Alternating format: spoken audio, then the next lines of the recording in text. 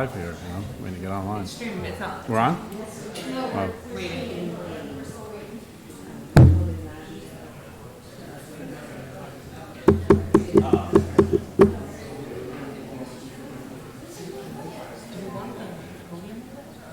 I'm sorry?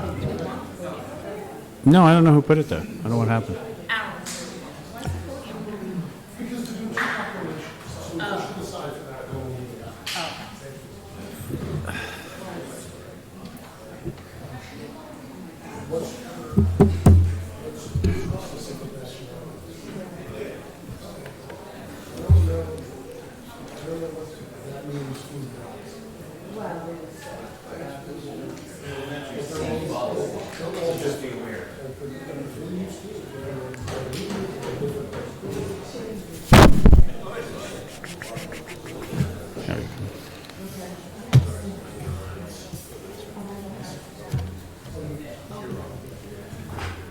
Just bear with us before we start the meeting. We're waiting to go live on YouTube.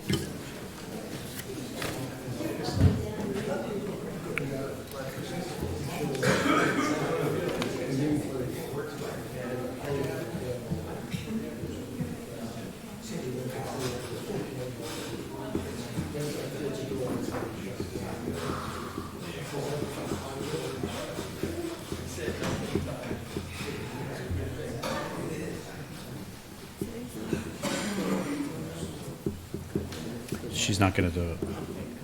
I don't even know where her information is. She was supposed to bring it, but I don't have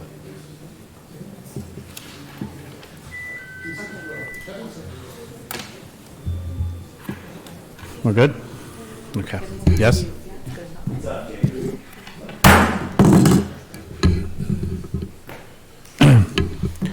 Welcome, everyone. This meeting is now called to order. Township Council Workshop, Monday, October 7th, 2019. Mrs. Holzak, would you please lead us in the Pledge of Allegiance?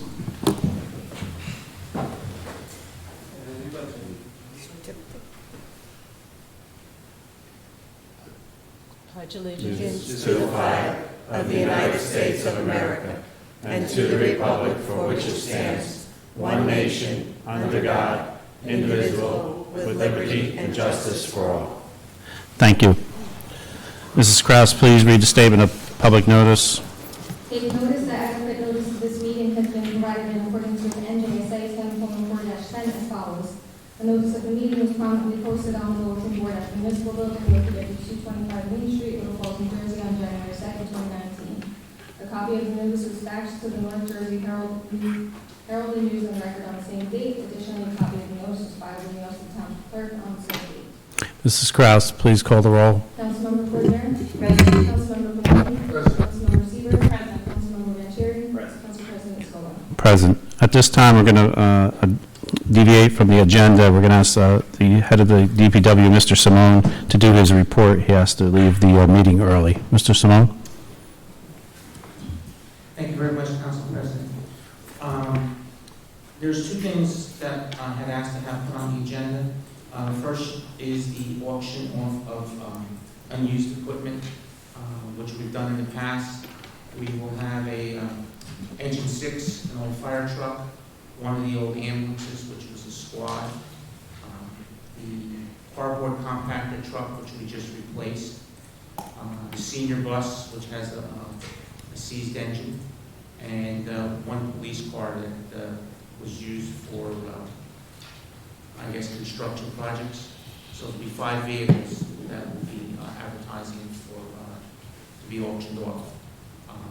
Paperwork will be given to the clerk so that it can be advertised, and it gets advertised on, I think it's govbid.com, which we've done in the past. We need to remove the vehicles from the DPW yard. Not allowed to have it down there. Any council member has any questions concerning the auction of used equipments? Mr. Simone, item number 2. Okay.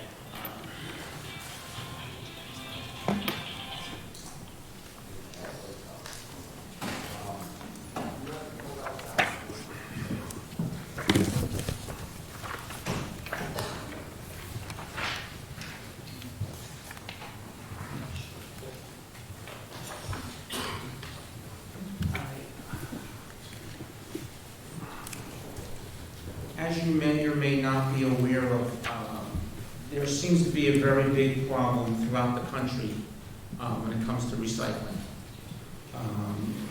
We are just starting to notice it more now. Recently, as part of my requirements as the recycling coordinator, I had to visit a Class A facility, which I went down to visit Gator Recycling. And I had an opportunity to meet the people that control the facility and the problems that they're incurring. And what we're finding now is that the recycling that we are bringing down there is contaminated. People are throwing stuff in there that does not belong. And what is happening, the loads are now starting to be rejected. What's occurring once it's rejected, not only do we lose the credit for that recycling, we are also now starting to pay for garbage.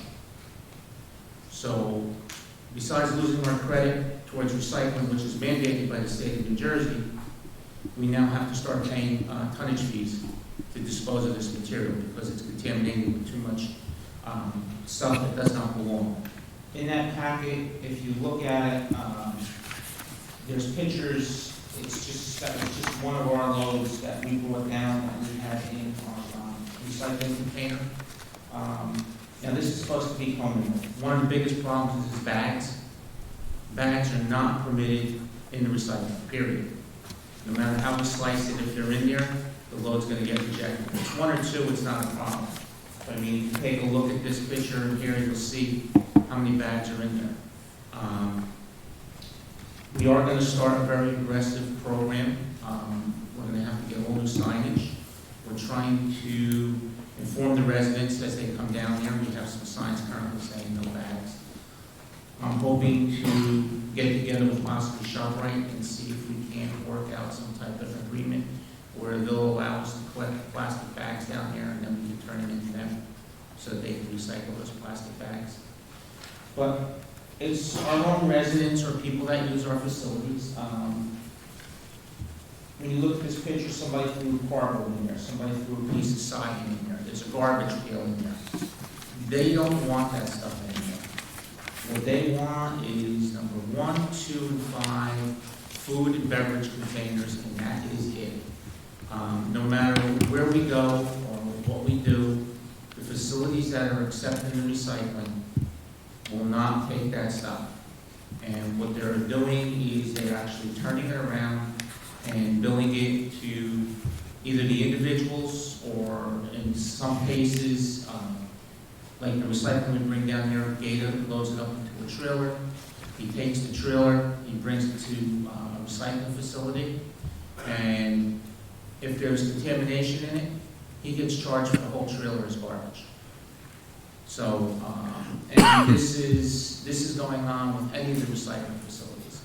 They're being very picky about what they will accept and what they won't accept. I actually had the guys go through and try and pull stuff out. We've been keeping somebody down in the recycling center as much as we possibly can, try and help the residents to understand what we're trying to go through. But if we can't get a handle on this, number 1, we're not going to meet our mandated goals by the state for recycling. It's going to be impossible. And number 2, the costs are going to come back and get us square. I mean, currently, I think, right now, for just the month of September, we owe $264 for recycling, or I should say garbage. The markets are paying 0. Paper's not paying, cardboard's not paying, commingle's not paying, nothing is paying. The only thing I understand is paying is shredded paper. When they come here to the facility and they shred our paper and stuff like that. That's the only thing that's paying currently. So right now, we're in a little bit of a quandary where we're trying not to be impacted too much by the cost to the town, but we also have to try and get across to our residents that this is the way we're gonna have to handle it going forward. It's gonna take a lot of cooperation on their part. It's like anything new. When you try and institute something, it takes a while to be able to get them to learn how to do things. I'm just going to ask for the council's patience in trying to get these things established. I will inform you as I go along of the different things. I'm probably going to be looking to do a newsletter out, explaining all the different stuff. One of our guys is actually taking the recycling coordinators class, and he brought me back a flyer from one of the county facilities that they went to tour, which, we're going to look at doing something like that. I'm probably going to see if I can get together with the mayor and see what else we can do, on whether it be Facebook or our website, whatever, to try and get the word out to our residents. But it all comes down to one thing. It's going to take the council's back. If we can do whatever we want, but if the council doesn't back us up on this stuff, it's not going to fly with the residents.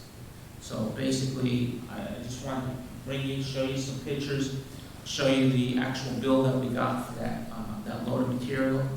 Like I said, that's 90% recycling, but because of all the plastic bags and a few things that didn't belong in here, it just gets pushed right into the garbage. And we pay for it, we don't get anything. So if you don't mind, I'd like to proceed and try and start getting something organized. Like I said, I will keep you informed as to where we're going and stuff like that. And I would look forward to your help in trying to get this pushed through to the residents. Does the council have any questions for Mr. Simone? Councilwoman Seaver, Councilmember Seaver. So I noticed that in the paper that you handed us that it says that the carts with plastic bags will not be collected. Has that already started? No, see, this particular, this is a county facility, and they do single stream. All right, single stream is becoming a very big problem, and some of the towns that were doing single stream have now gone back to doing multi-stream, because single stream, there's too much contamination in the thing. That's just a county flyer I was able to pick up. I'm saying this is some of the stuff that basically we'd be looking at also incorporating in ours. I mean, last year we did put out the thing that said, these are the items that we can accept, these are the items we couldn't accept. But residents were used to pretty much disposing of everything in one shot. That's just a rough idea, that flyer. And then I have one other question, just in my professional experience with recycling and facilities. I know that sometimes when sorting facilities are continually contaminated, that they actually run the risk of being shut down. Do we fear that that could also be the case here, that if we continue to contaminate a facility? Well, most of our stuff goes down to Gata, gets sorted, and then from Gata's it goes to a recycling facility. Gata tries to sort the stuff in advance, and if it's too much contamination, it just gets pushed right into the garbage. If he loads the stuff up and he brings it to the facility, and all of a sudden the facility gets it, and it goes there in a 120-yard trailer, and the stuff is too contaminated, they load the stuff back up, and then they charge him. And then he has to get rid of it as garbage. So, is it a possibility? Yes. Okay. And then is there a cost difference between if Gata charges us for a disposal fee versus our disposal fee through the town? Yes. Our disposal fee is a little bit less than what he's charging us. We need to sit down and negotiate a price with him, which he is willing to do. But again, we're mandated by the state to recycle. We still have to recycle. It's just that if we contaminate our recycling, it's going to get thrown away as garbage. So, but we can negotiate that price. Councilwoman Coordinator. So I have maybe an idea and then a question. So this is, really great. You can kind of see what you can do, what you can't do. One idea would be to make big display posters to put in Town Hall, to put at the library, the Civic Center, the Rec Center, so that, ask the schools to cooperate, so that residents are seeing it at all times, so maybe it also hits them in their mind about what can be recycled and what can't be. My other question would be, considering that from what I'm understanding, that the plastic bags are the biggest offenders, the biggest problem.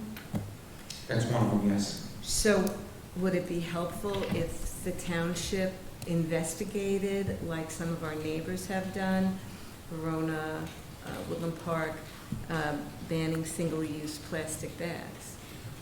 I know there's different classifications of the plastic bags. I'm not exactly sure how it's worked out, but yes, I mean, if that's something that the council would like to do, I would be wholeheartedly in favor of that. I mean, to see exactly what we can do. It's going to be a game of education, and I think the schools is a perfect spot to start with. You know, being the kids, they're going to be the ones taking them home to their parents. Hopefully they're able to convey the message to their parents. I know as we get older, we get set in our own ways and we don't like to change. Kids can do that. Councilman Vanchery? Yeah, I was going to also add, Mrs. Simone, with Councilwoman Cordier was talking about the schools, but even to taking advantage of having something like this around town, you know, whether it's the library, the Civic Center, the Rec Center, schools doing stuff around the seniors. Whenever there's two activities around town, it'd be great just to have these on the table as reminders. Obviously, utilizing the website is going to be key, but I know a lot of people don't use the website. And when you do send the yearly sort of recycling schedule, I know you've attached it this year, but I almost think we almost have to do it, consider it monthly as a reminder. Because like you said, this isn't going to happen overnight, and you almost have to keep reminding people over and over again. But my other question was for GATA, because I know some towns do this as well. If there is recycling in a plastic bag, they won't take it. They'll literally leave it on someone's property. I don't know, have they had those kind of discussions with you at this point? GATA is where we bring the materials. Yeah. The people we would have to discuss that with is Basso. Basso, okay. He's our contractor that does that. I mean, I guess, and I'm gonna have to talk to Mr. Pucci because I'm not sure, you know, what we're allowed to do. But I mean, do we say, hey, look, if there's a bag here, you gotta rip it open and dump it out and put the plastic bag back? Right. Because I know some towns do that, where if they see a bag, they won't take it. Right. And people say, why? Well, you're not supposed to put it in plastic bags. That might also be a deter for some people if they realize, okay, they didn't pick up my garbage. Well, because you did what you weren't supposed to do, and here's what you need to be doing. That could be something, I don't know if you have to have that conversation with the vendor, but it's definitely worth looking into if we can make life easier for you and the rest of your staff. It's a matter of taking, I guess, baby steps. Absolutely. To try and get this in the works. Everything takes time, and if the more we can educate, I feel the better that the people will respond. I mean, we have a great bunch of residents in town that go out of their way to do the recycling and stuff like that. I think if we can just get across to them what needs to be done, and, you know, this is what we have to do to ensure that we're going to get our credit, that we're not going to be paying for this as garbage, I think we'll get a lot of cooperation. It's just going to be coming up with a plan to be able to do this. Like I said, I know I got to get all new signs down at work and stuff like that. And but yes, you're right. I mean, we're going to need to start putting out flyers, even if it's every quarter, to say, hey, look, a reminder, you know, this is what we need to do and stuff like that. And I'd love to even have you do a video with down at the yard, be simple, using the phone or just single camera, obviously. Yeah, do a video of you walking through the residents, each of the different items and what to recycle and what not to. Because sometimes the visual is one thing, but actually seeing and hearing the steps, what you're supposed to do, what you're supposed to not do, I think it'll do some wonders to get in people's heads, like, look, we shouldn't be doing this anymore. Councilman Quaddi? Yeah, so, Mr. Simone, thank you for this, by the way. I think it's obvious we're all on board. I don't want to speak for anybody else. I certainly am on board for whatever's going to get you to be where you need to be. I'm just looking for a little bit more of an education on this. Is this a Is this a Little Falls problem? Is this a county problem? Is it a North Jersey problem? Is it a national problem? Like, It's basically a national problem, Mr. White. okay, What happened is, a lot of our stuff used to go over to China. Okay? China has now stopped accepting any of that material. so that's what's driving. So basically, that's what's driving it. And from what I understand from the gentleman who's going to the recycling class, it's more of a problem out west, because they don't have the recycling facilities like we have out here in the east. But we're all experiencing it, from the west coast right to the east coast. Everybody's having the same problems. And, you know, is it something that the state has to get involved with? Is it something that the federal government has to get? I don't know. But something needs to be taken care of down the road to try and say, hey, look, yes, we want to recycle, but we need the markets to recycle in. And they're not there. Because I'm just looking at the handout that you gave us. There are more numbers that are not recycled, that somebody who's manufacturing this stuff thinks it's going to be recycled. There are now more numbers that are not recycled than actually recycled. So is it safe to believe that this may not be a permanent problem, that the tide may shift back someday? It's a possibility. I mean, at one point, we were able to recycle numbers 1 through 7. They accepted it all. But then they started getting very picky, and then China stopped accepting stuff. So now they're very picky about what they will accept and what they won't accept. And the markets have a tendency to fluctuate up and down. The same thing with the prices on the stuff. But right now, we seem to be down in a downspin on this stuff. Have you seen fluctuations like this in the past? I've seen fluctuations on the prices as far as the markets are concerned. I haven't seen a lot of fluctuation in what they would accept. It's just like I said, since the China market is gone, we're in a little bit of a problem. This is new to you as well. That doesn't make me feel No, better. it's not unique to Little Falls. No, understood. That's what I was asking. I didn't know if it was somebody that we were contracted to that had a reason for it. So this is a national issue. Yes. Mr. Simone, when I was at the recycling yard Sunday, your employee on multiple occasions had to tell residents to empty the plastic bag. This is a garbage bag, not a bag from ShopRite, because that's how people bring the recycling down to the recycling yard. Most people do not put recycles in a garbage can or a plastic garbage can, or the recyclable cans are available, and then take that down. They'd rather put in a garbage bag, a Glad type of bag with a string, so they could easily toss it in, which is not appropriate. So there is a lot of education that has to go on, that that's not acceptable. And also another resident came down with a bunch of glasses that wanted to put his drinking glasses in a recycling container, which kind of made sense in some regard, because it's glass, right, commingled, but no, that's not acceptable. And it took, I was listening to the conversation, it took 15 minutes of dialogue going back and forth between your staff member and this resident to explain that drinking glasses are not recyclable. They go in the garbage. So there's a big learning curve here. You have the support of the council. Mayor, you have any comments you want to make? Looking through the information that we're providing, it looks like Alexa and the Google Assistant might actually be able to help individuals at home. And it looks like there's something called Recycle Coach that is built into all Alexa and Google devices now. But I think you might be able to ask whether or not a particular item or a particular number is recyclable. And you may be able to get that answer right from your Alexa or Google Assistant that you have at home. I haven't tried it yet. I'm not sure that it works, Okay. but just an interesting tidbit that might become useful for us if you're unsure what to do at home. Mrs. Simone, I know you have to leave, so we thank you for your report tonight. Councilwoman Coordinator. Yeah, just one point. Besides the financial impact on the town, which it is, and obviously growing, and we won't be able to live up to our obligations to the state, I think everybody's aware that plastic bags, as well as styrofoam, straws, are an environmental issue. And so it's going to be something that has to be reckoned with.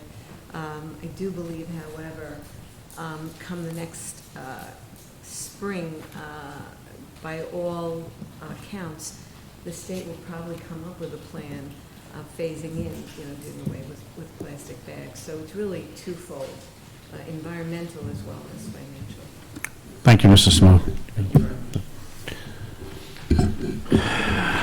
Mayor, you have some proclamations tonight?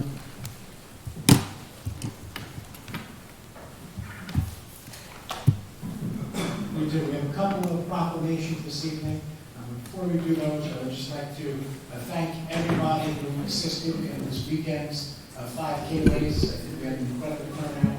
The Councilwoman Seaver for assisting in her organization of the event.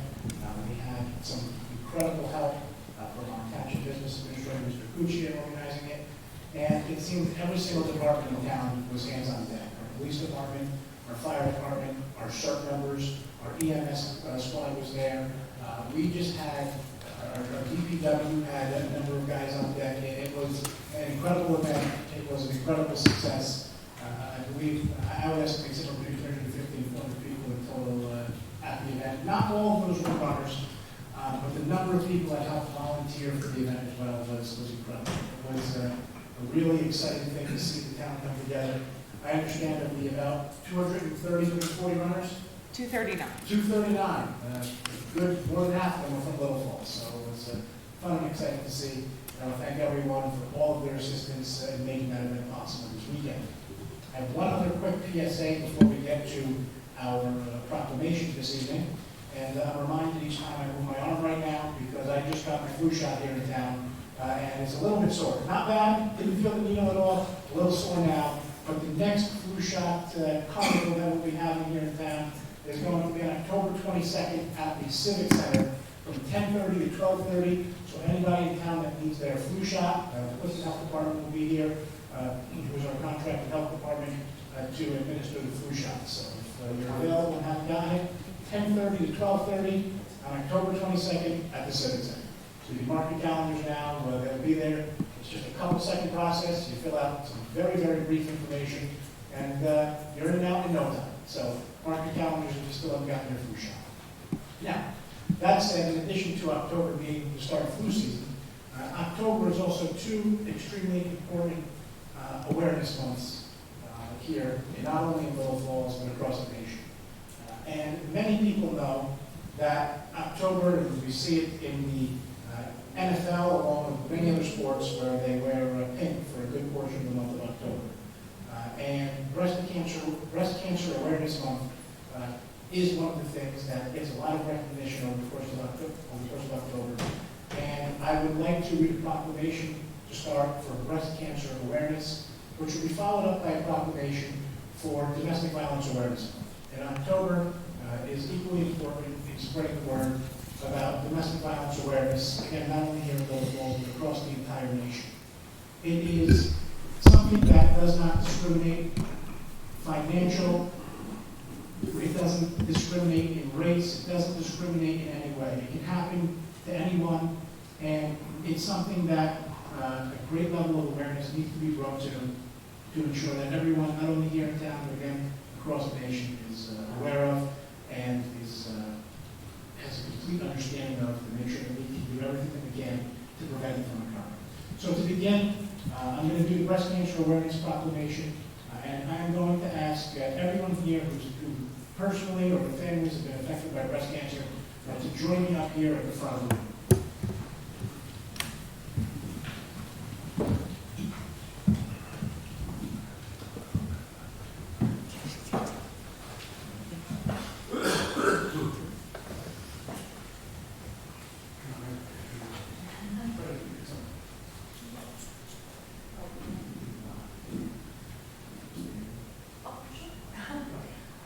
Hi, my name is Denise Organizak. I'm at 300 Main Street in Little Falls, and I'm a volunteer for the American Cancer Society. And how has breast cancer awareness personally been? Unfortunately, breast cancer had taken the life of my mom. She was also a Little Falls resident in 2014. We're deeply sad for you. We're sorry for that, and that's why we want to bring this awareness to breast cancer. Whereas, breast cancer is the second most commonly diagnosed form of cancer for women in the United States and remains the second leading cause of cancer death among American women.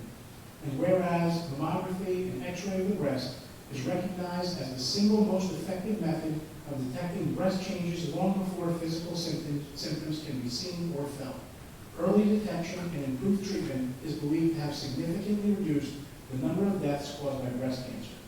And whereas researchers, scientists, and numerous nonprofit organizations are dedicated to discovering the cure for breast cancer. During the month of October, we acknowledge the extraordinary commitment and effort invested in this cause. And whereas we recognize that over 2.5 million Americans are breast cancer survivors that give us hope of a better future. Now therefore, with the support of those who continue to cope with breast cancer, I, James Belford Damiano, Mayor of the Township of Little Falls, New Jersey, on behalf of the Township Council, extend our deepest respect for survivors and those advocating for prevention and a cure, and in doing hereby proclaim October 2019 as Breast Cancer Awareness Month. In official recognition whereof, I set my hand and cause the seal of the Little Falls Township to be affixed the 7th day of October 2019. Thank you for your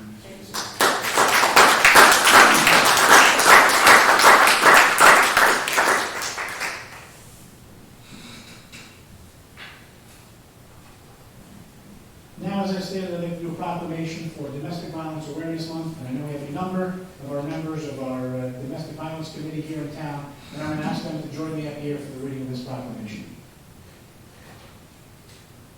I'm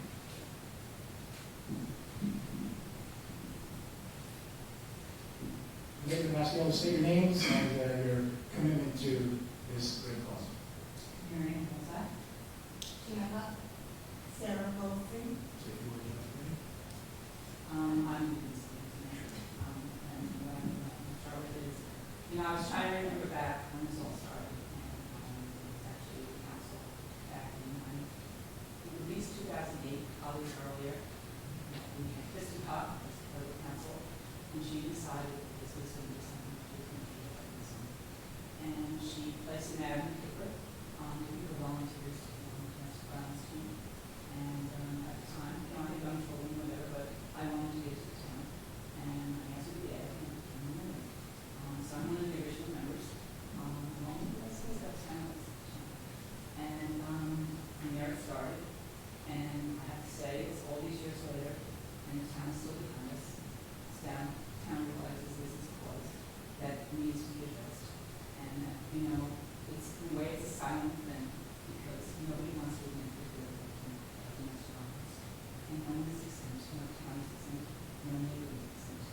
And these people are alone, they would need us, and we are getting out there, and we're making it visible to them that we're there to make. I have to tell you, we had the festival. We had the festival. What was the last weekend? Whatever. And we would place our table in the sun. So I had put the table up against the fence, and I pulled our posters out, and Gina and I were there, and we didn't want to sit in the sun, so we sat across. So all the posters were there, all our information about, for instance, if you're in a situation, what to do, and how to get out, all different things. And it was so interesting. People were combining on the TV, and you walk up to the table, and take the papers, and take the posters, and you can't believe how many people and took stuff on the table. But if we were standing there, probably next to me, I don't know whether to realize, I'm not protected by this. It's so important for us to get the word out, to let them know they're not alone, and where they can get out. In this town, police department, the council, everybody is having, even having a flag. They know it's not me. I didn't do something. Oh, okay. Let's get done to me. And every day we read the paper, whether it's our local paper, the national paper, there's one. This isn't going away. So whatever we can do to promote this, we are a small team. We hope to be a big team. But I think we can do it. We think the more things we're involved in. Now we have the vigil coming up. We were at the town for the festival. We have our little station at the street there in the summer. And we're going to be around more things. And so it's not getting that. They realize that. That's it. And in honor of Domestic Violence Awareness Month, whereas domestic violence is a serious crime that affects people of all races, ages, gender, and income levels. And whereas domestic violence is widespread and affects over 4 million Americans each year. And whereas 1 in 3 Americans have witnessed an incident of domestic violence. And whereas children that grow up in violent homes are believed to be abused and neglected at a rate higher than that of the national average. And whereas only a coordinated community effort will put a stop to this kind of heinous crime. And whereas Domestic Violence Awareness Month provides an excellent opportunity for citizens to learn more about preventing domestic violence and to show support for the numerous organizations and individuals who provide critical advocacy, services, and assistance to victims. Now, therefore, I, James Melford Damiano, Mayor of the Township of Little Falls, New Jersey, proclaim the month of October 2019 as Domestic Violence Awareness Month and urge the residents of Little Falls to work together to eliminate domestic violence from our community. I want to thank you ladies for everything that you do, and our entire domestic violence committee in town. And again, as a little bit of a PSA, this Thursday, there will be a domestic violence vigil that will occur on the front of our township hall here. If the event, in the event of inclement weather, we're going to move it inside here into the council chambers, and it starts at 6:30 p.m. So anyone that's available to attend, we ask that you do attend. We appreciate it.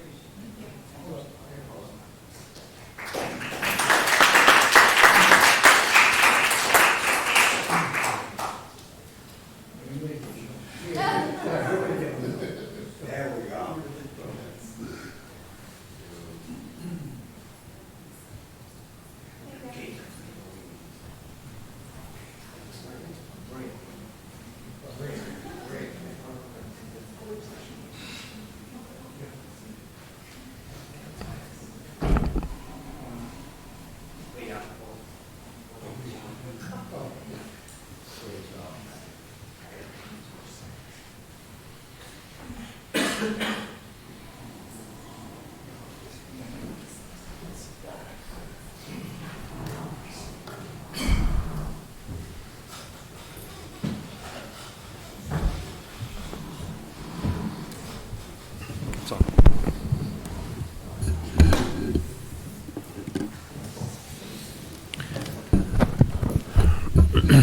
Thank you, Mayor. May I have a motion to open to public comment for general matters only? So moved. A second? All those in favor of this motion signify by saying aye. Aye. All those opposed to the motion signify by saying nay. Motion carries. Mrs. Kraus? Anyone wishing to address the Township Council may do so through the Council President. Please give your name and address for the record. Comments are to be limited to 3 minutes. However, if appropriate, you may be granted additional time at the sole discretion of the Council President. The floor is open.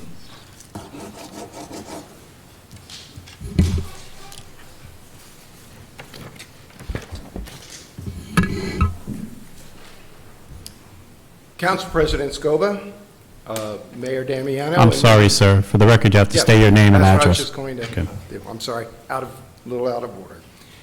Reverend Ed Hawkins, pastor of Second Reformed Church, Little Falls, 6 Walnut Street, resident at 28 Ridge Avenue. Thank you, Pastor. Certainly. And to Mr. Council President, Mr. Mayor, and members of the council, before I share a few comments, I want to note that I have been a serious runner in the past, logging maybe 20 miles, 15, 20 miles a week myself. So I am certainly favorably inclined to those who want to participate in that activity. I do have some comments I'd like to share.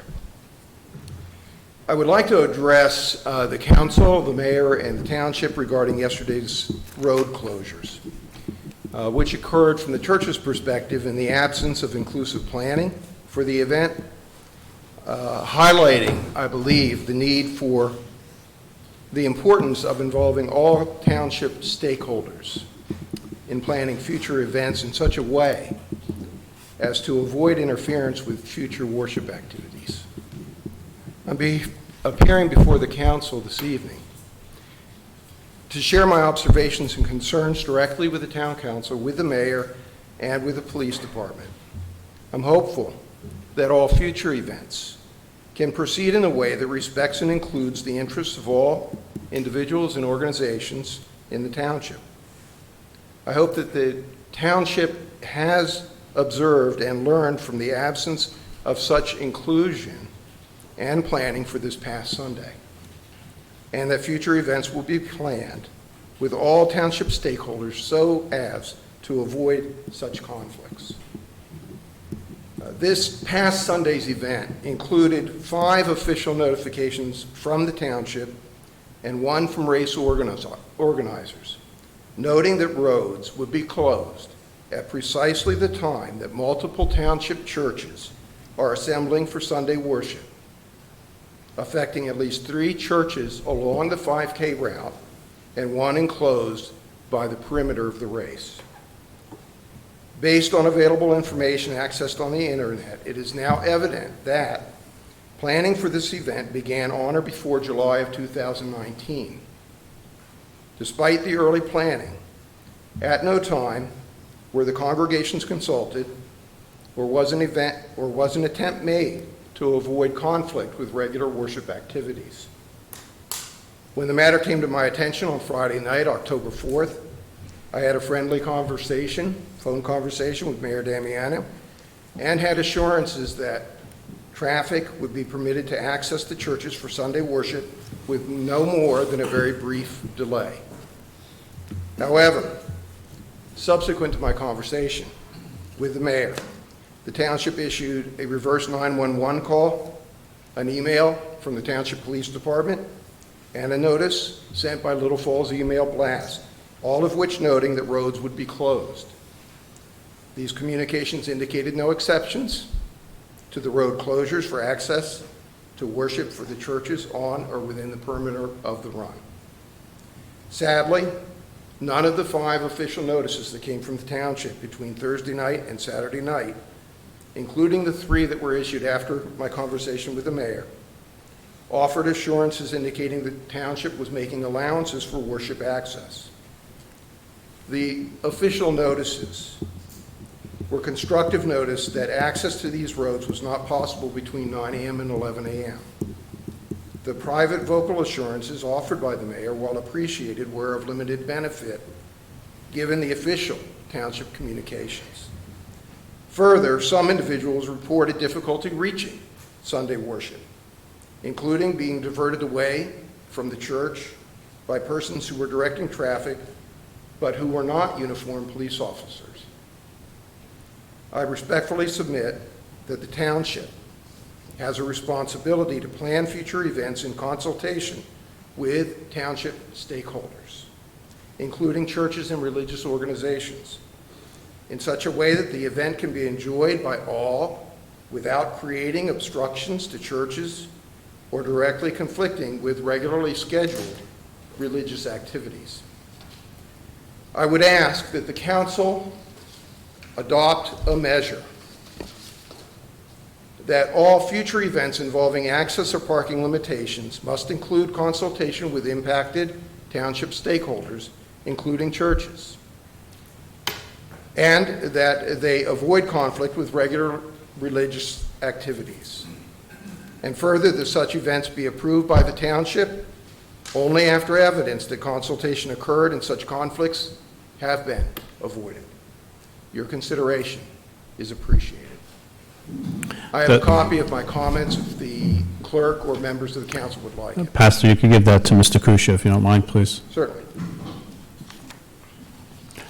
Does the council have any questions or comments for the pastor?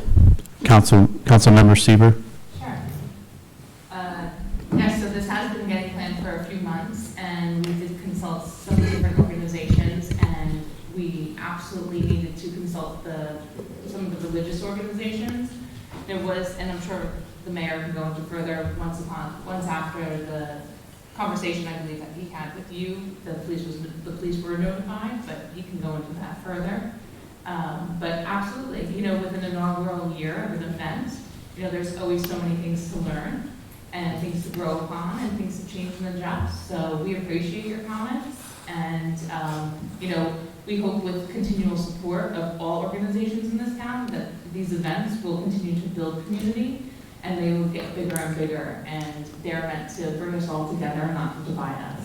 So we appreciate you coming out and making comments, so thank you. Does anyone else wish to make any comments or questions? Mayor Damiano? Pastor, you can stay there. Thank you for joining us here this evening. I know we had several phone call and some email communications back and forth over the course of the weekend. And you're absolutely right. This was one of the growing things that we've experienced as a town. It's one of the things that you learn over the equipment and consultation is certainly something that should be included next year. However, I would like to point out that your church, the Second Reformed, the First Reformed, and St. Agnes Church all have 10 a.m. masses. And while our indications, our blasts or email or phone indicated that there would be road closures beginning at 9, all of our roadways were open by 9:38 a.m., 22 minutes before any of the three churches' services were to begin. That said, again, our police department and all of our volunteers were well informed that anyone indicating that they were attending church was certainly, again, although it might be a minor delay in allowing a group of runners to pass before allowing a car through, they were all advised to allow all the vehicles to pass through. I must say, I think you must understand that one of the issues that we face is that in email blasts or phone calls indicating that anyone who would be attending church would then be permitted through, I think you can understand that anybody that was going anywhere would likely be going to church on Sunday morning as a way to get through the security personnel or the people keeping us safe.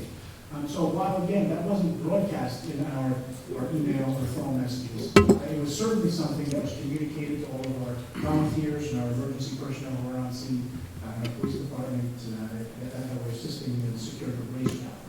So again, I do understand it's absolutely something that needs to be addressed for future years, but all roadways again were open by 9:38 a.m. Prior to the 10 a.m. mass times of all three churches that were affected. But we will certainly be working much closer with your church, the First Reformed, and St. Agnes in future years as we plan to that. Mr. Pastor? Tobin, may I respond? Absolutely, Pastor. Thank you for your comments, Mr. Mayor, for also our conversations. While it is true that worship begins at 10, people arrive at our church between 9 and 9:45, many of them. And some of them were diverted. They were diverted by individuals wearing, as I understand it, yellow vests, not police uniforms, and they were diverted away from the church. Given that there were 5 official communications from the township, a private assurance to me as the pastor, 24 hours before worship, or 48 if you count Friday, was insufficient to provide notice to those who were coming. I think the best way to avoid this is simply to avoid the time conflict between community events of this nature that shut down community streets and our worship communities. So I'd appreciate you keeping that in mind. In fact, perhaps making it a requirement for anything involving road closures as you consider future events. We would definitely put that on. That was actually, Pastor, the first item that I saw of recommendations was just what was brought up this evening. So we appreciate you coming out this evening and for the good work you do in our community. Thank you. Thank you, Pastor. Thank you for your time. Thank You're you. welcome. Before we have the next speaker, would those in the audience please put your cell phones on vibration? Please, thank you. The floor is open. Good evening. Andrew Baggett, 78 Franklin Road. My Little Falls interest is 105 and 107 Main Street between Center and Stevens. Sorry to hear of the pastor's hardship with his parishioners and his church, and I'm sure when these events are over, there's a meeting, what worked, what didn't work. It was a wonderful event. When I pulled up and saw how organized it was, and all the volunteers, the police, the rec crew, Chris from the library, the people at the registration, and the council members that were all involved in the race, the mayor. It was a really great event, and I hope next year that we could do it again. As I was running along the race, the mayor passed me as we got around onto Wilmore Road, and I want to thank all the people that took a photo op, because it gave me an opportunity to get a step ahead. Mm-hmm. And every time I heard him coming up behind, there was another chance for another photo op, and I was able to stay a step or two ahead of you. You mentioned your shoulder. I hope your legs aren't sore this morning. It's excruciating. It was a wonderful event. I hope we can do it next year and work out the few little kinks. Just one other thing I'd like to bring up that I brought up before.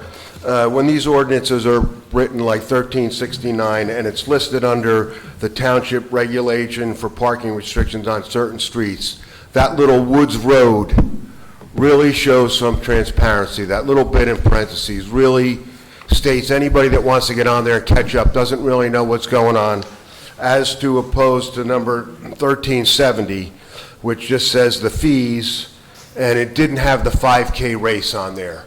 That really just helps bring forth what anybody catching up that's out of town or busy working with and their kids and all that other thing.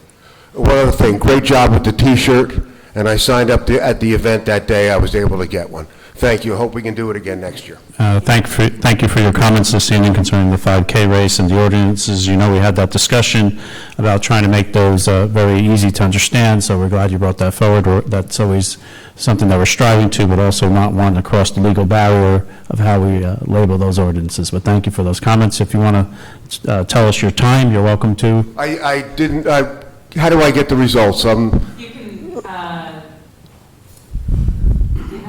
I might be able to reach out to the timing company for you. Usually if you sign up online on runsignup.com, you're listed and you can log in onto an account, but I'm not sure you actually have an account since you did the paper registration. But I'll look into that for you. I'll reach out to the timing company. Just one last thing. I was at a planning board meeting, and I noticed that this podium was up a little further close, and I know people have asked me if I would bring this forward, if we could possibly get this forward and see the people that are speaking on in the future. We recognize you brought that issue up. We cannot have a meeting after a meeting when items come before us. I am able to poll the council members one by one and ask them what they feel about requests that come before us with the residents, and if there's anyone to blame on that matter, it would be myself. I haven't reached out to council members concerning your request of pushing the podium up so that you could be viewed on YouTube. But hopefully I'll be able to get to that this week with the council members. Thank you. Keep up the good work, everyone. Thank you. Good evening, Bob Dombrowski, 3 Garden Street, Little Falls. I wasn't going to come up, but I just want to go with Pastor Hawkins, Reverend Hawkins. We experienced, even though with St. Agnes, we have a great relationship. They let the cars go through, but our attendance was, instead of 30, we had like 6 came to Mass yesterday. I guess people just know in that street. So even though I told them they could park in the municipal building, most of our parishioners it's like your recycling limit. They're set in their ways. They have to park in a certain spot. They want to come up a certain road. And that's the next great dilemma, the recycling. Who knew you couldn't recycle pizza boxes, you know? So when I walk around in the mornings, I mean, everybody's bags are filled with all the different stuff, and that's prohibited, I believe, right? Pizza boxes are they? Yeah.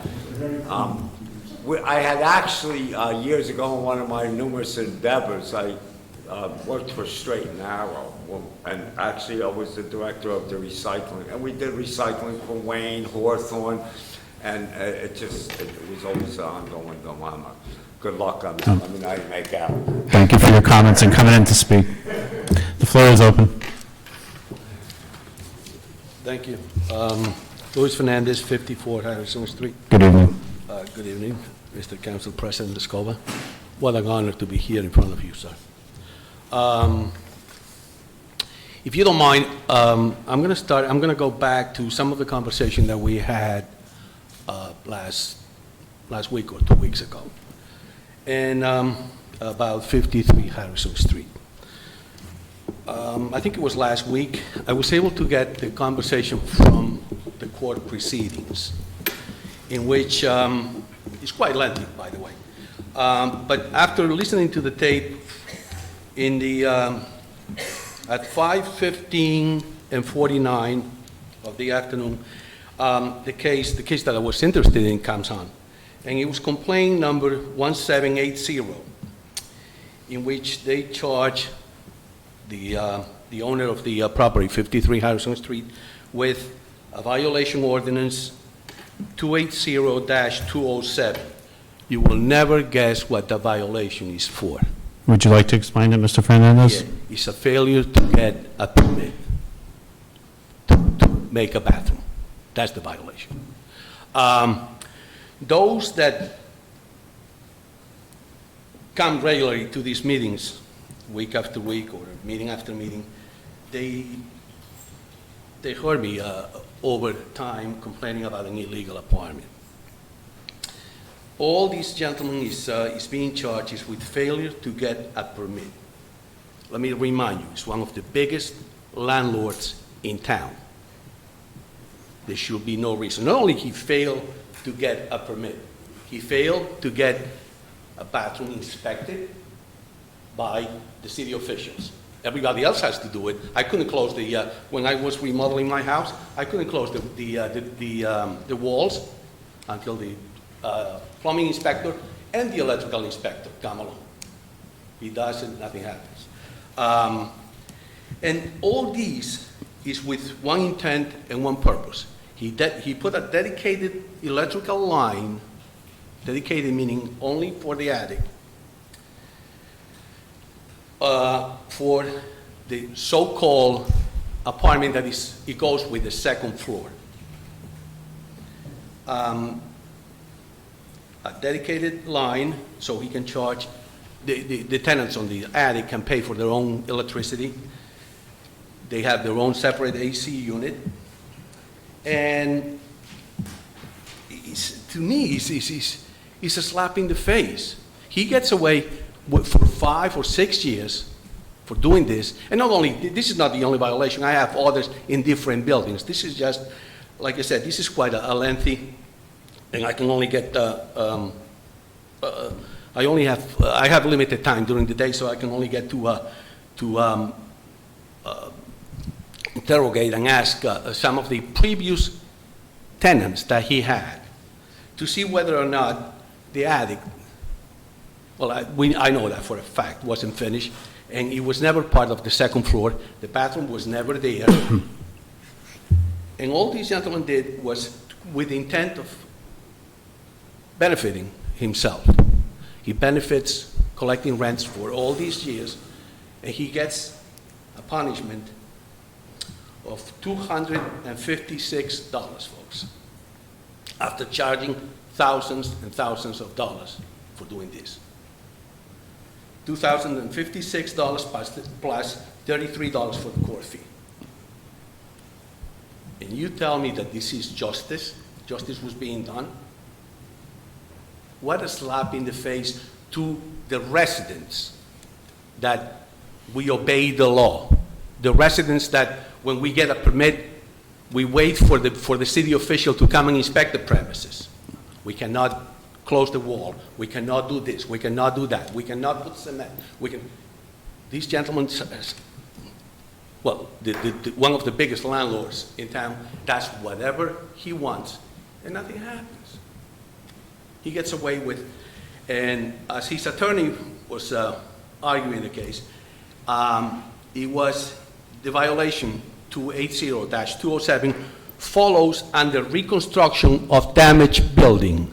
There was no damage to the building, otherwise there will be citations and violations. There was none, according to him. So that's why the other day I asked, and I have reached state assemblymen to look into it, because it looks like an obstruction of power. And I think every taxpayer, every citizen in this town should be entitled to the same measurement, to the same law. Not just because you have 20 houses, and I only have one house, you should have a privilege. You should be ahead of me. Everybody pays the same amount of taxes. Well, everybody that I know of. When it comes to this gentleman, he does illegal things not to pay fees and taxes and all that. And that to me is just, like I said, this is only the scratch. I'm getting a hold of previous tenants. Maybe they can come in front of you and testify how they feel and in what condition, because there was no reconstruction of the damaged building. That's all I have to say. Mr. Fernandez, there is an avenue that you can take if you feel that the municipal judge, our municipal judge, did not rule in a good manner. If I'm not mistaken, that's the Superior Court in Patterson. that you can go to, and I don't know if it's, correct me, Mr. Council Wenzel, I don't know if it's a complaint you can make, but it's an avenue you could go to vent your concern. Yeah, I'm going to be there November 1st. Yeah, and to vent your concern, there is that, that you can go to that they'll check and maybe possibly look into it. As far as other illegal apartments that you're mentioning, you're No, I always... didn't say other illegals, I said other violations. Okay, other violations, if you're aware of violations, sir, I suggest you come and bring them in front of Mr. Kusia, and we will look into those violations. I did to the building inspector, he was like, Are these violations, new violations, sir, that No, you're bringing? they This were is all- concerning the same property? no, Okay, different ones. okay. Well, I'll have the mayor look into the fact if Mr. Di Maria's, what the circumstance that he can't be reaching out and looking into those violations. All right. Like I said, this is just, the tape is quite lengthy, and it explains it all, basically. I'm only scratching the surface, but like an old wise man said, the longest journey starts with the first step. I think it was Mr. Fernandez who said that, no? But anyway. Thank you, Mr. That's not me. Fernandez. Councilmember Coordinator?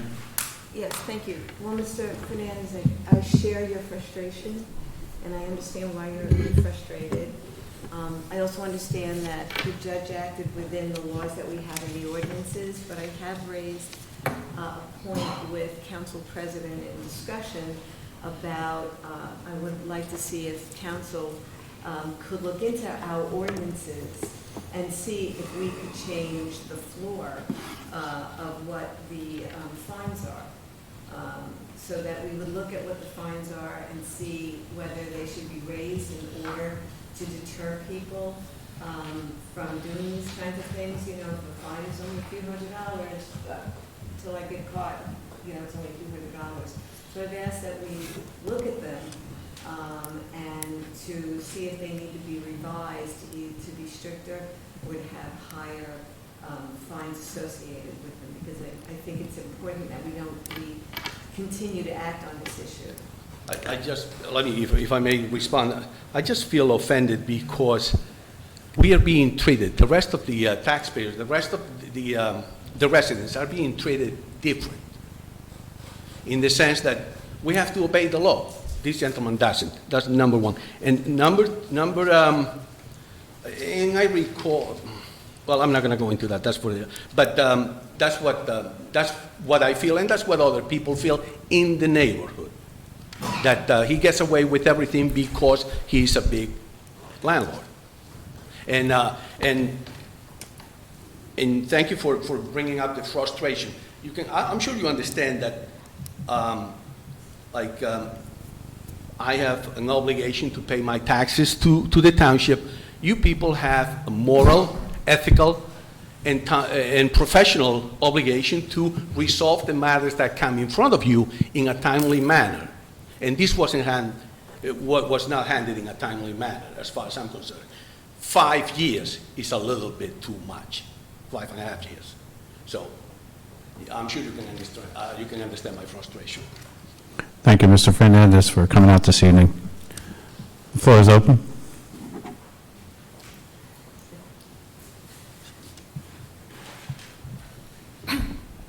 Hi, I'm Denise Organisak at 300 Main Street in Little Falls. I wanted to thank Mayor Damiano and the council for recognizing me and for your hard work. As I had mentioned, I am a volunteer for the American Cancer Society, and I'm a team leader for my personal fundraising team that I affectionately named Daisy Waltrip in memory of my mom. And since 2015, I've been raising money with my family in her memory. She had passed from stage 4 breast cancer, and as I mentioned, she was also a Little Falls resident. And I'm so happy to see the town that I love embracing this cause that is so important to me. I'm here today just to introduce myself and to offer my services. Use me. I have done fundraising events with the Fine Grind and Pencil Works, and also with our Wayne neighbors at California Pizza Kitchen and Dave & Buster's. I know how to bring an event to life, and I would love to help coordinate a town walk with you and the American Cancer Society. I know all the players. So many residents in Little Falls have a connection to this disease, and I think it could be a really fun and impactful event for 2020. And I also wanted to mention, for the full month of October, the Find Grind is selling pink ribbon cards for $1, $3, and $5 donations for the entire month, and that would go to the American Cancer Society. And if you wanted to learn more about my team with the American Cancer Society, again, it's a Team Daisy Wall Trip at Making Strides Against Breast Cancer, or you can visit my Facebook page at Team Daisy Wall Trip. Again, thank you so much for your hard work. I know that you're in this to make the town a better place, and that this takes you away from your families, and I really, really appreciate all your work, because my son and I would never want to live anywhere else. Thank you very much for your time, and Maria has my contact information if you do indeed want to use me, and my contacts to help us be aware and breast cancer. So thank you for the time. Thank you for coming out and having the courage to speak in front of this governing Oh, and body. I have presents for you, sorry. Can I come ahead? You can give them to Mr. Crucio, I'm sorry. We have rules here. Okay. Phenomenal. And I have some literature, if you'd like. Mr. Crucio. We recognize, this governing body recognizes very dearly of what cancer, the level of cancer that occurs in the Northeast, and especially here in the North Jersey section of our state, and not only breast cancer, but all types of cancers that affects individuals. And again, thank you for your courage of coming out and speaking to us. Thank you for the time, thank you. The floor is still open. Seeing no one, let's come forward. Can I have a motion to close to the public? A second? Second. All those in favor of this motion signify by saying aye. Aye. All those opposed to this motion signify by saying nay. Motion passes. Mayor Damiano, you have some items you want to discuss along with the administrator? Yes, I'm going to turn the municipal audit and best practice review over to the township administrator, and bear with me while I get the TVs on.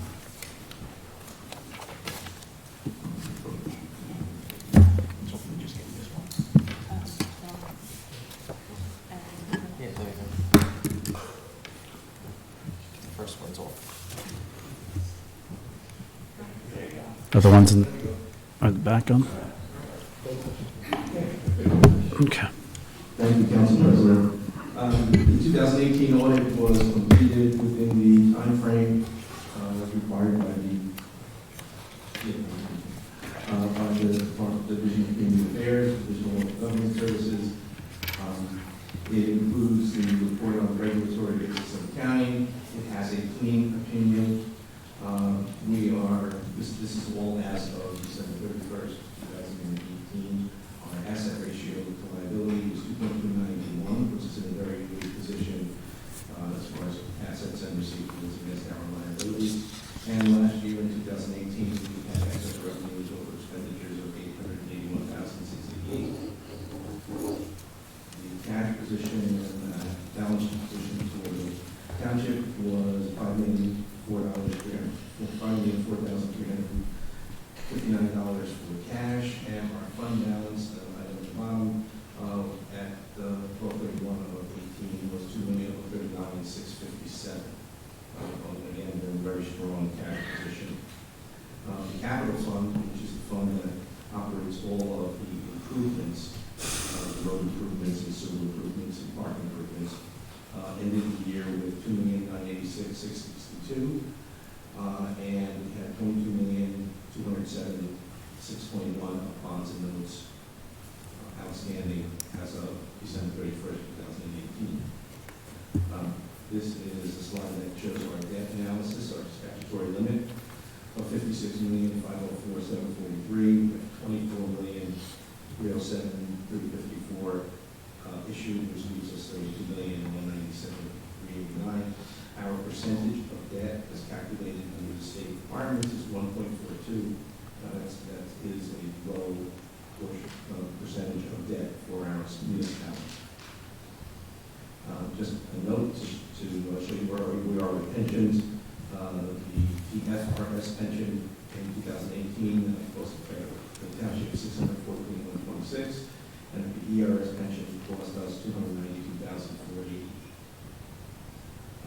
The opinions with regard to federal grant programs and internal controls, in all material respects, with the types of compliance requirements that could have a direct material effect on each of the major federal programs, for the year 2018 were clean. They did not identify any deficiencies in internal controls or compliance with any material weaknesses. That puts us in a very good position with regard to our internal controls. Each audit has management comments. They are there to improve internal controls or result in operating efficiencies. Those comments are presented as a part of the independent audit document, and as a requirement, we have to provide a corrective action plan to the Department of Community Affairs for each comment that is presented, so we're just going through those behind. There are various interfund balances at year end. Interfunds are common occurrences between each fund, and generally speaking, they are returned to the respective fund during the subsequent fiscal year. So that's a continuing currency, and quite frankly, I think we'll always see that come. The second comment has to do with old outstanding checks and reconciling items on township bank accounts. The reconciling items and old outstanding checks will be reviewed and cleared as appropriate. Sometimes vendors take a little time to cash checks and item number 3, there's a substantial amount of appropriated grant reserves available for expenditure. We review these on an ongoing basis and will determine their appropriate disposition. Some of them are small operating grants that have been left over from prior years with smaller balances. There are old general capital grants receivable at year end. This mostly has to do with the FEMA representative in determining any old receivables, how they can be cleared of record. Our dealings with the federal government, especially regarding flood mitigation programs, are not short, concise matters, and in many cases, take several audit cycles to close, and that's continuing as we go on and close that last grant that we had. Emergency contracts for purchases of goods and services were not approved. As such, no one was adequate documentation to support the emergent condition. The instance that they are referring to had to do with a sanitary sewer failure, which occurred in 2017 and was properly declared by the PW Department, and the payments, however, took place in 2018. No corrective action is required. It's just a clarification. Item number 6, no trust fund reserves are approved by dedication by a rider through the New Jersey Division of Government Services. We will review the DCA list of riders and process the appropriate resolutions for approval by the governing body. As a matter of fact, we did one at the last meeting for the 5K run, which is another one of those dedication by rider resolutions, but we'll take another look at the list. Number 7, prior to audit balance and municipal liens receivable is not agreement with the tax collector records. We did review the subsidiary ledger and correct the receivable information and reconcile it to the audit report that's already been done. Item number 8, there are unfunded ordinances over 5 years old for which expenditures have been made but have not been funded. The township will review these unfunded ordinances and fund them as appropriate and as directed by bond counsel. This all has to do with the manner in which we borrow money. Our policy is to only borrow money when we are spending for those projects. Subdivision projects that take quite a long time, like the station. So they're over 5 years old. We haven't funded them yet because they haven't done work. Item number 9, the analysis of open bail for the APS and the ACS system reports do not agree with the reconciled cash in the bail account. We presented this to the municipal court judge and requested that the court staff address it. This matter has been presented back to the auditor and has been resolved with the auditor, and they've already responded back to us. If anybody has any questions about the auditor? At this time, does the council have any questions for Mr. Crucian? Councilman Vanchery? Councilman Kawadi? Councilmember Seaver? Councilmember Cournier? I do. So if somebody was to give us a big fat check and we were going to pay off all our debt, is that debt $24,307,000? That number is $22 million. Is it 20? The reason it's $22 million is because we hold reserves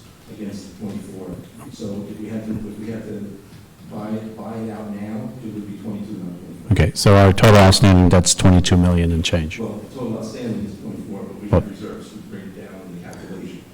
So if somebody was to give us a check, are we going to pay 22 million or 24 million?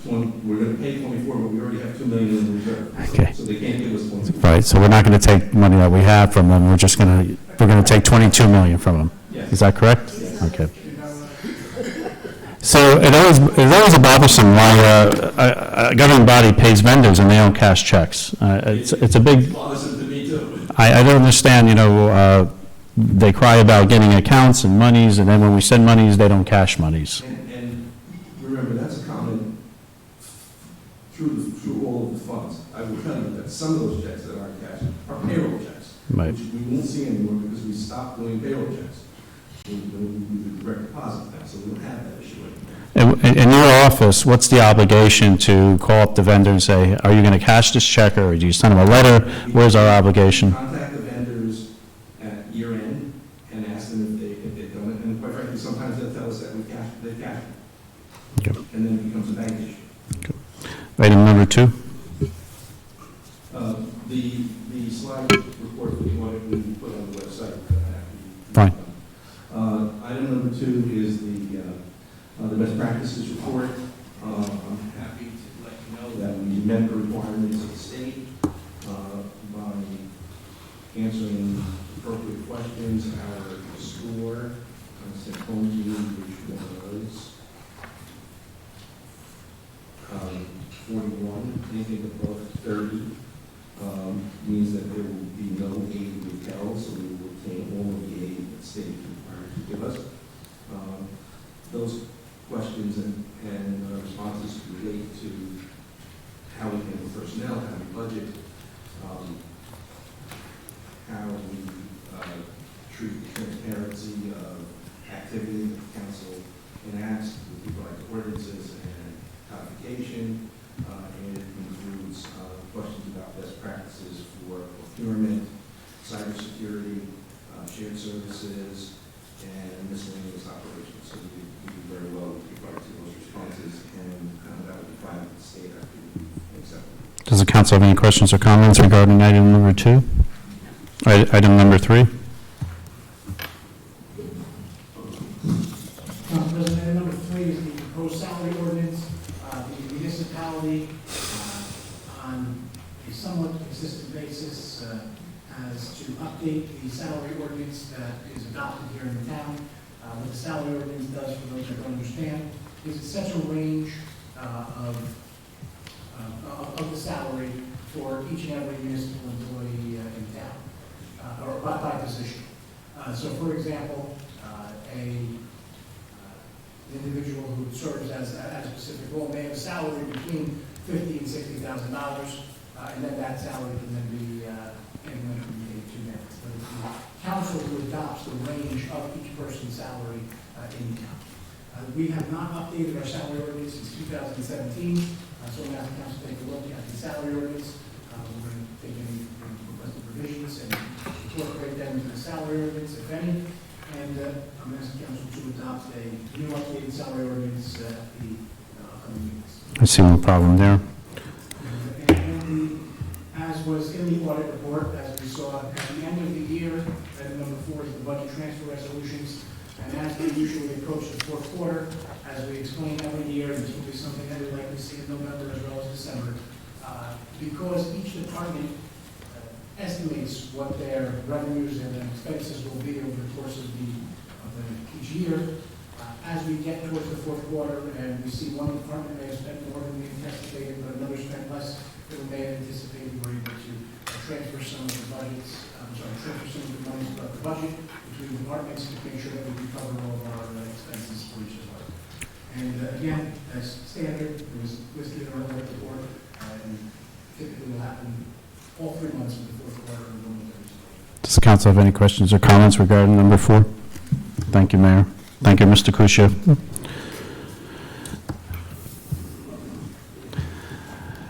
Cynthia Kraus, our clerk. It's unusual that you get to speak, so. Item number 1, vacant foreclosed property registration program. So we had an opportunity to enter into a shared service agreement with Passaic County for a program that will help us register our vacant and foreclosed properties in town. The program is at no cost to the township, but the township will have to update its current ordinance to meet the standards of the company, and we will have to impose a fee. Currently, we do not have a fee for these registrations. This is something that will help us keep the properties maintained, and we'll have contact information for these properties, so if they're not, we have somebody who we can reach out to. And, you know, it is something that will be helpful to us and at no cost to the township. It's a benefit for us. Are you going to be drafting that ordinance, or is that Mr. Kusia or Yeah, so, Kevin? I'm sorry. Yeah, Council President, the only change that I think we really need to make is to talk with the county and determine what the appropriate fee would be, so it would just be a change in the fee. Yep. And we would go from there. Very good. We already have an ordinance that needs to be part. Okay, so that'll be coming before council pretty soon, I gather, then? If you tell me we're going to put it on, We could put it on next meeting.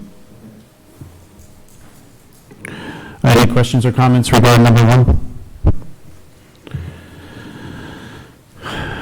Chief Sweezy, Fire Prevention Week. The floor is yours.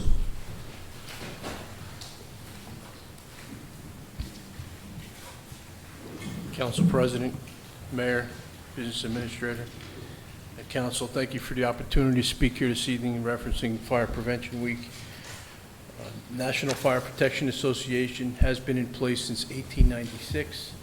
National Fire Prevention Week, which is this week, was established in 1922, and Fire Prevention Week is the longest-running public health and safety observance on record. This year's theme for Fire Prevention 2019, not every hero wears a cape and a plan and practice your escape.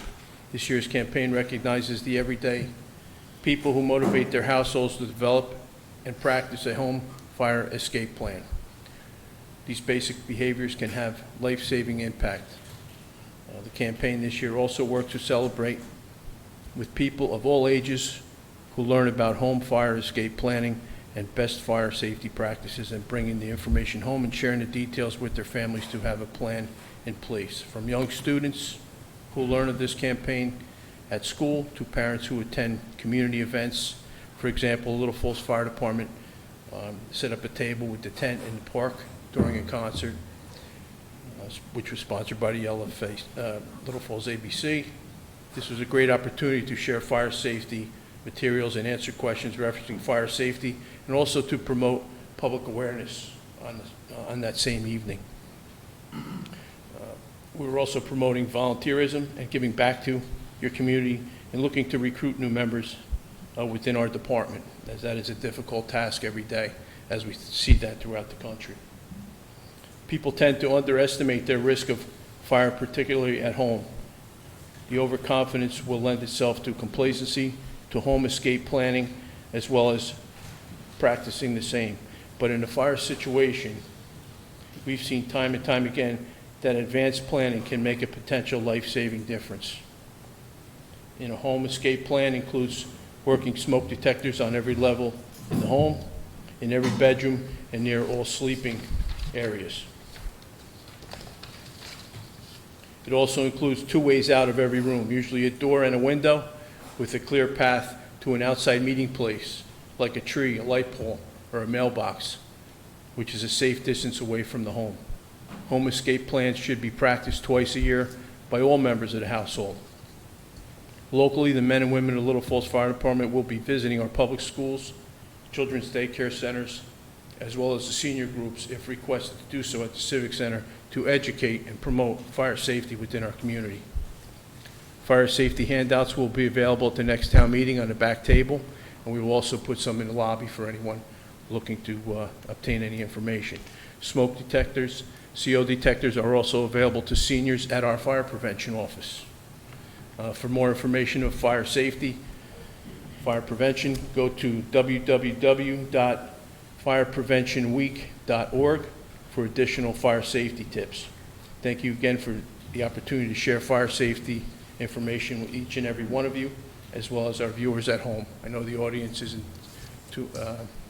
as large as we expect it to be, but to the viewers at home, please take the opportunity to visit that website and establish a good fire escape plan for you and your families. Thank you again. Fire Department's upcoming events, Tuesday, October 15th, Little Falls Total and West Patterson Fire Departments will be hosting Fire Department Demonstration Day in the morning at 9 a.m. at the end of Hobson Avenue. A recruitment program at the high school that will all be included. So our officers will be, of each town, will be able to share some information for any new volunteers. So if, I say this to the public, if yourself, son, or daughter has an interest in becoming a volunteer firefighter or an EMT within the community they live, officers representing each department will be available to provide information on how to become a volunteer or an EMT. And on Sunday, October 27, 2019, 9:30 a.m., the Little Falls Fire Department annual Mass will be held at Holy Angels. I invite all of you to attend. Thank you. Thank you, Chief, for the report and your discussion about Fire Prevention Week and all the good works you do for the community. Chief, if you don't mind answering this question, how many communities of our size do you know of that you have that there's personnel that sleep at night in their firehouses? Within our township, we're the only town. Sorry, Chief. Enterprise Company Number 2 is the only fire company in town that has sleeping quarters for its members on a daily basis. Right. And then as far as the communities that surround us, are there other fire departments that have crews sleeping at night? Unless they're paid career departments, I don't know of any. Thank you, Chief. I'm sorry, Councilmember Cordo? I just wanted to thank the chief for coming out. As he knows, I'm a son of a retired firefighter. I'll tell a very brief story. My father came home from the shift one night. We got off work at 8 a.m. with a ladder in a box, and he brought it to our house. And he made my sisters and I crawl out of a second-story window to practice how to get out of the home. It was something we thought he was just doing out of an abundance of caution, and we thought it was a bit of a joke. I found out years later he did that because that night he had been in a fire where his children were lost. And these drills save lives, and you cannot stress strongly enough how important it is to inform your family of what to do in case there's a fire.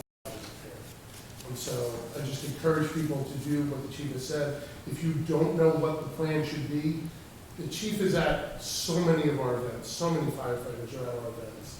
And so I would encourage people, speak to the chief, describe your home to him, ask him what the best way to get your family out in the fire is. Because we've had homes in Little Falls that have had serious fires in recent years. Yes, we have. And this could not be one thing. So thank you for being here today. Thank you. Councilmember Seaver? Thank you. So I have to say, I actually own one of those ladders that is under my bed. And, you know, we do have a fire plan at home. But the other thing that I wanted to bring up is that not only is it important to teach yourself and teach your family about home safety, I do quite a bit of travel for work. And you need fire plans no matter where you go, especially when you're sleeping. And I heard a tip many, many years ago. And I still do it to this day when I'm away for work, at least once a month. And it is, I find my hotel room and I count the number of doors to the closest exit. And so I know that when I'm crawling on the floor in smoke, I know how many doors it is because we are in unfamiliar territory. So I teach my children also that it's not any different than when you're on an airplane and they say the closest exit might be behind you or in front of you. Do the same thing and count how many chairs it is until you get to the emergency exit, and everybody should do that in hotels also. Right. So, thank you. You're welcome. Any other council member? Thank you, Chief. You're welcome. Can I have a motion to approve Resolution A, which is our bill list? Second? Before I call the roll, I just have a question for Mr. Crucio. What is JC Office Consultants? It's for $4,375.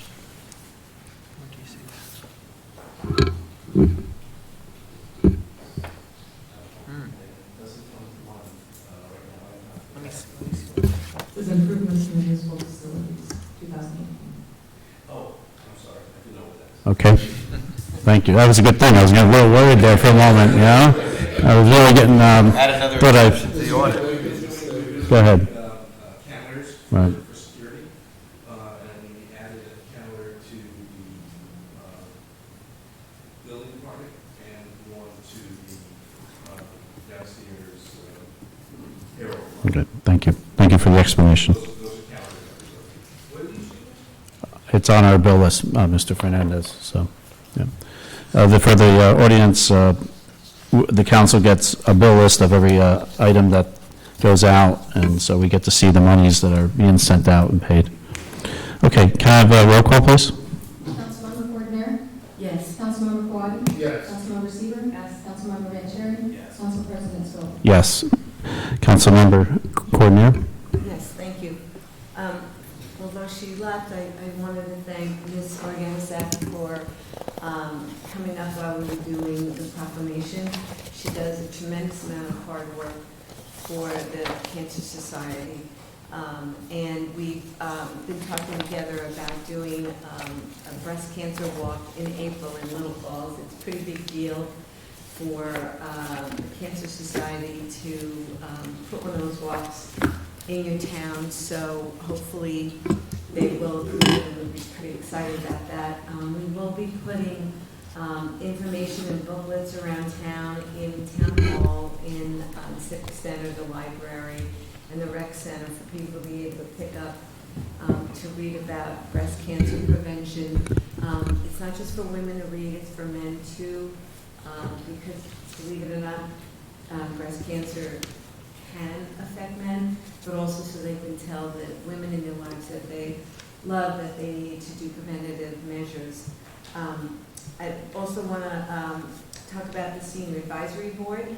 On October 16th, we're going to have a lunch and learn in the Civic Center, and we're going to have representatives from the Sheriff Department talk about their Angel Sense, which is a great GPS system they have that's available to families and citizens for either their elderly family members or for young children to be able to keep track of them. And we're also going to be having the clerk, Danielle Ireland-Inhofe, come and talk about some of the great county services.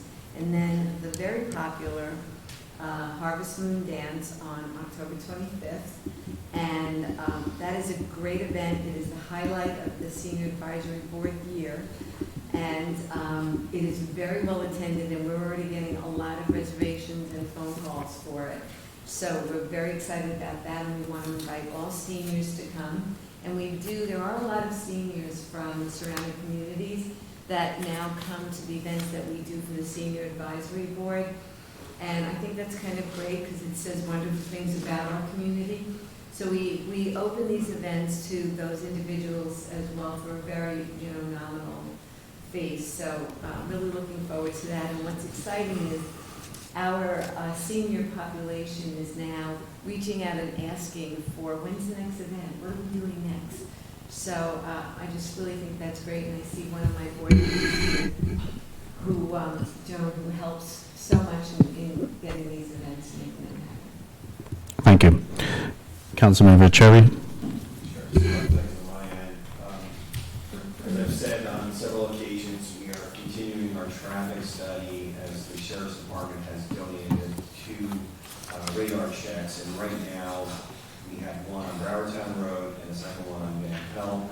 We're finishing up the second week of radar monitoring, and that will complete the study that we were looking to do. Once this is completed, my goal is to work with the Sheriff's Department then to capture all the data that they've been recording so that we can take a look at that and meet with the Chief Post and his staff to determine some of the recommendations moving forward. The one thing I do want to clarify again for I think the 100th time, because if you go on social media, everyone's speculating when they just ask me questions. See Van Cherry at LFNJ.com, call me on my cell phone. The reason why you do not see what the speed is done for a reason. Because if you see the speed, you're doing 20 and a 25, guess what? You're going to go a little faster, you go to 25. Doing 35 and 25, you're going to slow down. This is capturing real-time data, so there's no obstructions of people just slamming on the brakes. They're driving by, and that data is being recorded. So I do want to clarify that, because when I go on social media, sometimes everyone's saying, well, they're not checking speed, they're not checking speed. Yes, they are, and we've been reassured a number of different times by the Sheriff's Department. It's easier for them to gather real-time data. So I just want to make that clear. And if anybody does have any questions, please reach out to myself or to the department. I'm happy to help.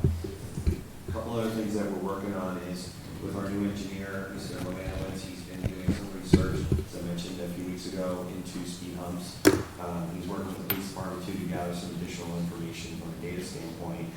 And then also the one thing that we are looking at, Mr. Cucci is checking into this, is not every street can likely get speed humps. I mean, we have to be practical about that, but we are looking into the possibility of maybe introducing four-way stop signs on certain streets. So Mr. Cucci is doing some research, because for a while the DOT had put a stop to it, but it looks like some municipalities are now implementing four-way stop signs. That might be something for some of the streets where there's a long stretch and speeding can occur there.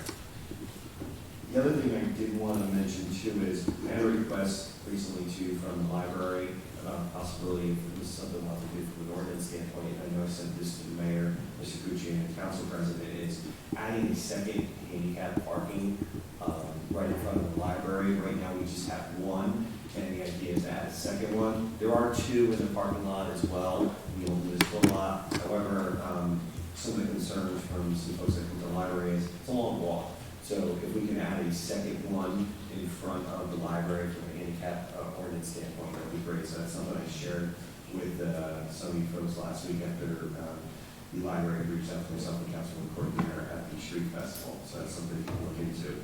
The last thing I did want to mention too is on October 21st, our next council meeting, the Little Falls Jackals team is actually going to be here. If you didn't know, Little Falls Jackals, they play over at Yogi Berra Stadium here in Little Falls. They won the Canadian American League Championship last month. So we reached out to the folks at the Jackals, and they're going to be here with their championship trophy, Jack the Jackal, and members of their staff. So it's a nice way to recognize, a program that takes place in Little Falls and actually did win the championship.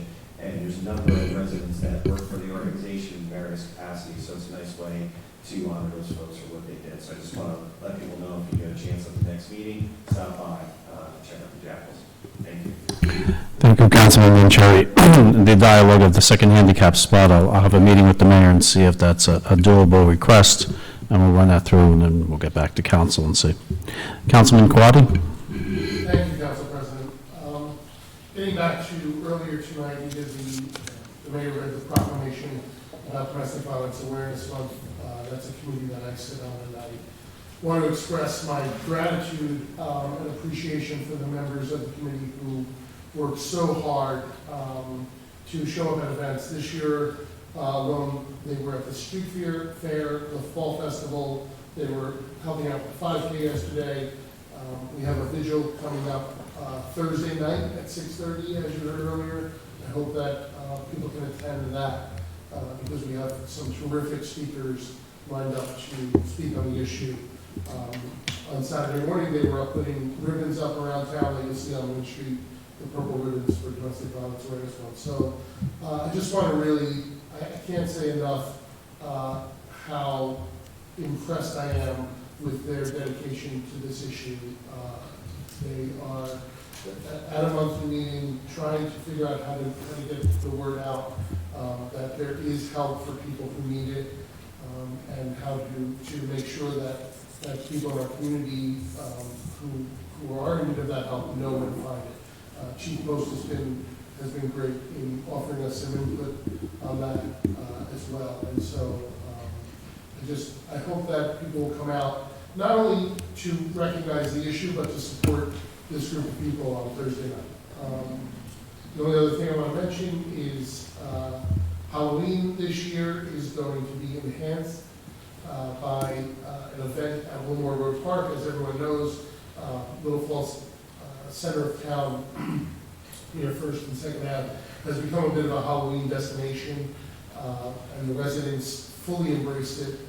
Again, it is one of those things that is impressive to see in Little Falls, and so we are going to try and help with the event without impeding the residents' participation by having some food trucks and a small event at Wilmore Road Park, just to give people a chance to come together after going door-to-door trick-or-treating. So please make note of that and join us at Wilmore Road Park on Halloween night.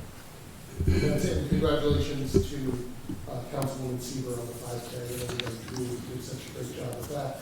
I'm glad to know that the mayor passed one more person than I did. But we all had a great time. Thank you. Thank you, Councilmember Quaddy. Councilmember Seaver? Thank you. So, as I was reporting for the past few meetings in preparation of the 5K, we did have it yesterday with huge success. We did make some internal bets, and I was betting that we would get 100 signups. It was really prayers. But we actually did wind up with 239, including same-day registration. So overall, a very large turnout, which always secretly ensues with panic. So, but it was a great success, and we got such amazing accolades from our community members. I even see that we have one of our residents here that took an award home, Peggy O'Levy, who won in her age division. So congratulations to Peggy. So, as anybody knows, with an event this size, it's quite an undertaking and involves several people, along with many man-hours.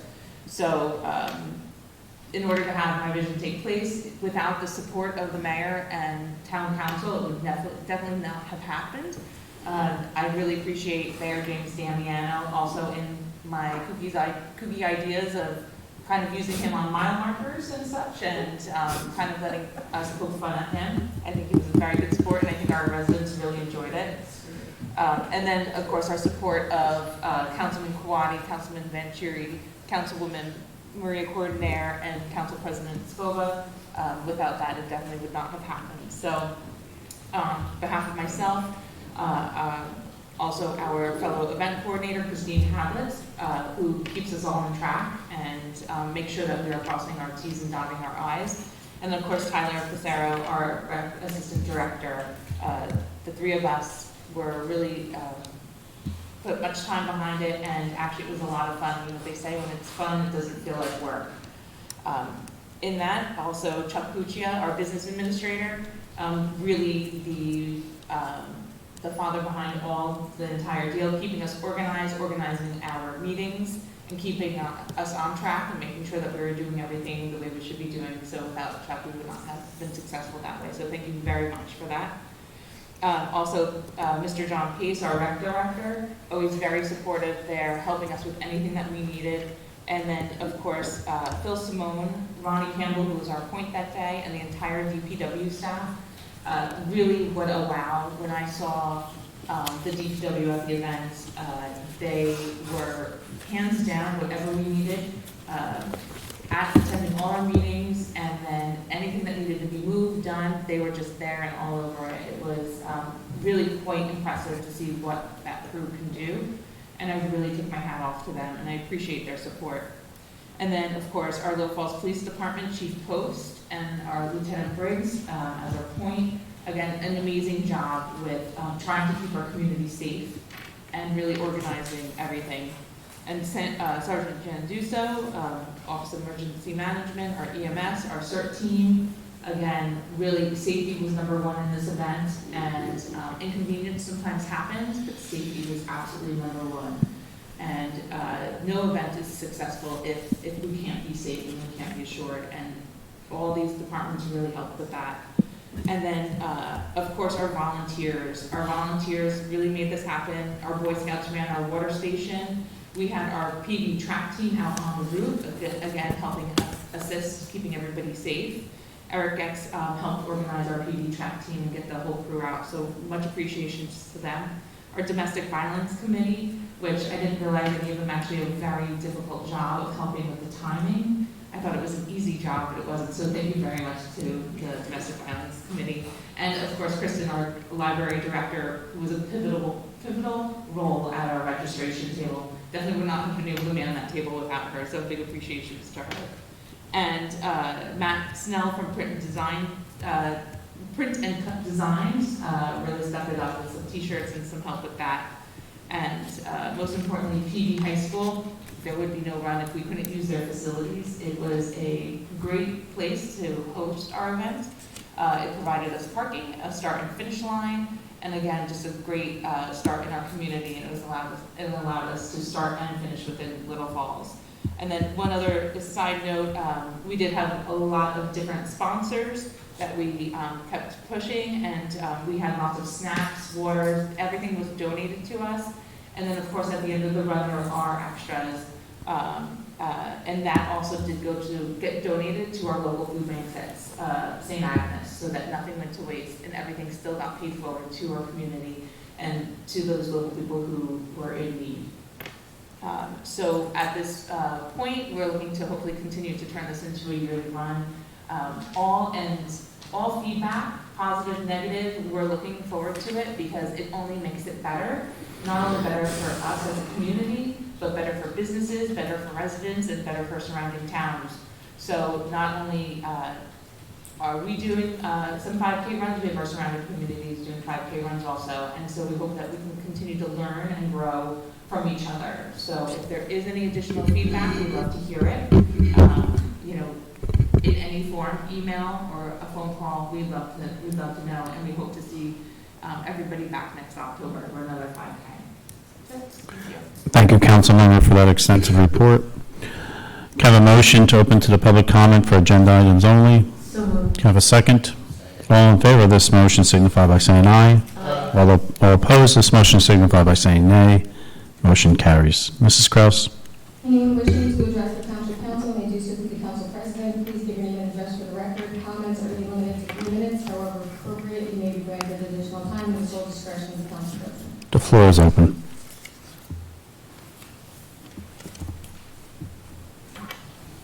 Luis Fernandez, still at 54 Harrison Street. I'm glad the fire chief and Councilman Kawadi emphasized the Fire Prevention Week. It's a very important event, and it brings out, I guess, I'm glad that you brought out the idea of having a safe route in case fire strikes, and we all know that it can strike at any moment. And that's why, going back to having the illegal apartments is something that we should eliminate, because they're called illegal for a reason. Usually because they don't meet the safety requirements that the towns are required. So if we can all cooperate and maybe we can get it done, and someday we can be here talking about a life that was saved because of that.